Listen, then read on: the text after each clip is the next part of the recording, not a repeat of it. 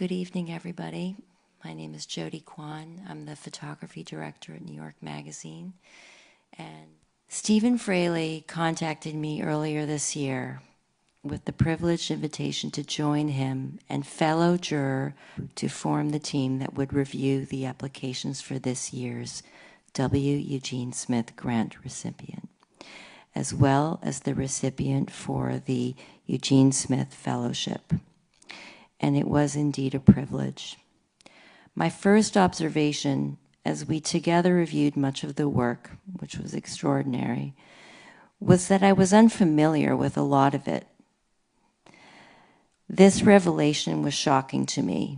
It used to be that you could count on seeing chapters of these long-form photographic stories in one of a number of news outlets here and internationally. But times are different now. The news cycle is as fast as a blink of the eye, and the print magazine is a form that is becoming all too scarce. From where I sit at present, as a photography director at a national magazine, I can tell you about the resource limitations we face and how few projects we can support, no matter how important and relevant and deserving they may be.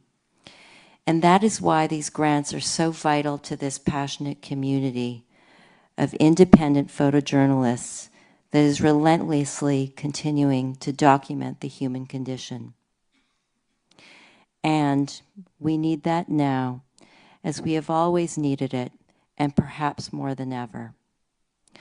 All of the finalists, as well as the fellowship recipient that I will mention this evening, conveyed a clear mission statement and shared with us their extraordinary storytelling through their powerful images, making the case for this recognition of their vital nature that they should continue to pursue.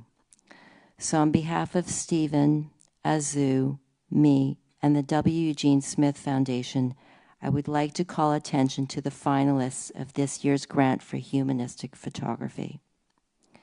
Mary Calvert, USA, for her compelling and ongoing series of sexual assault in the military.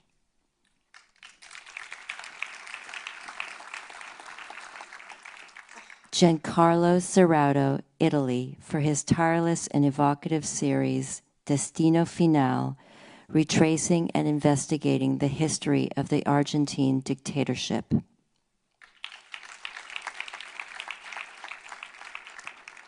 Antonio Gibotta, Italy, for his beautiful and brutal images of the hardships of refugee camp life in Belgrade. Rafael Lerma, Philippines, for his unflinching witnessing of the unrelenting violence set in the middle of the Philippine drug war. And Stephanie Sinclair, USA, Child Marriage, a study that began over 15 years ago and still ongoing. Thank you.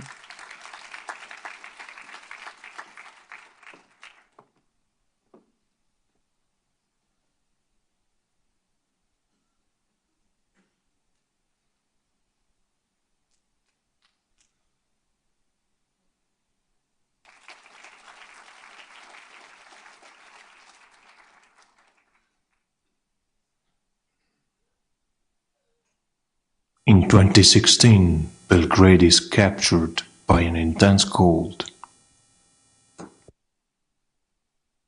The streets around the railway station are full of people in the fancy of city life. A few dozen meters away, behind the central railway station, lies another reality. That of the barracks, the illegal camp of refugees trying to reach the border with Hungary. They live among rubbish and rubble, in the dark, without light, without bath, no kitchens. The living conditions are at the limit of the human.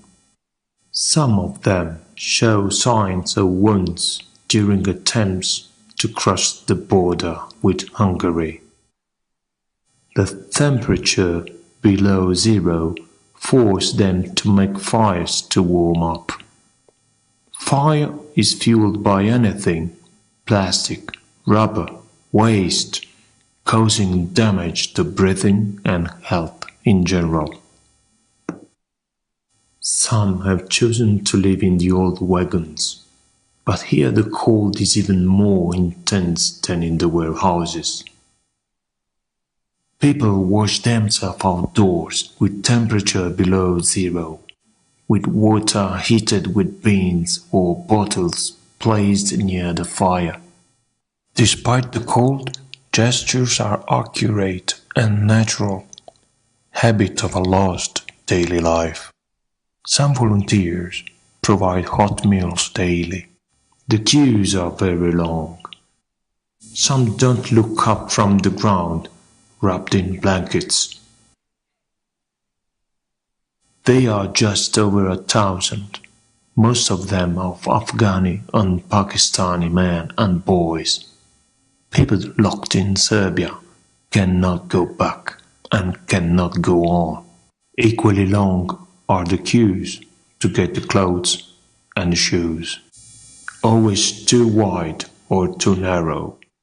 They gather in front of the fire to smoke and talk about families, their dreams, their fears. Volunteers also try to offer, above all, dignity, comfort, socialization with their presence, with a word or moments of aggregation. The barracks were demolished by the bulldozers in May 2016 to make room for gentrification and asylum seekers transferred to official camps far from the city and again invisible.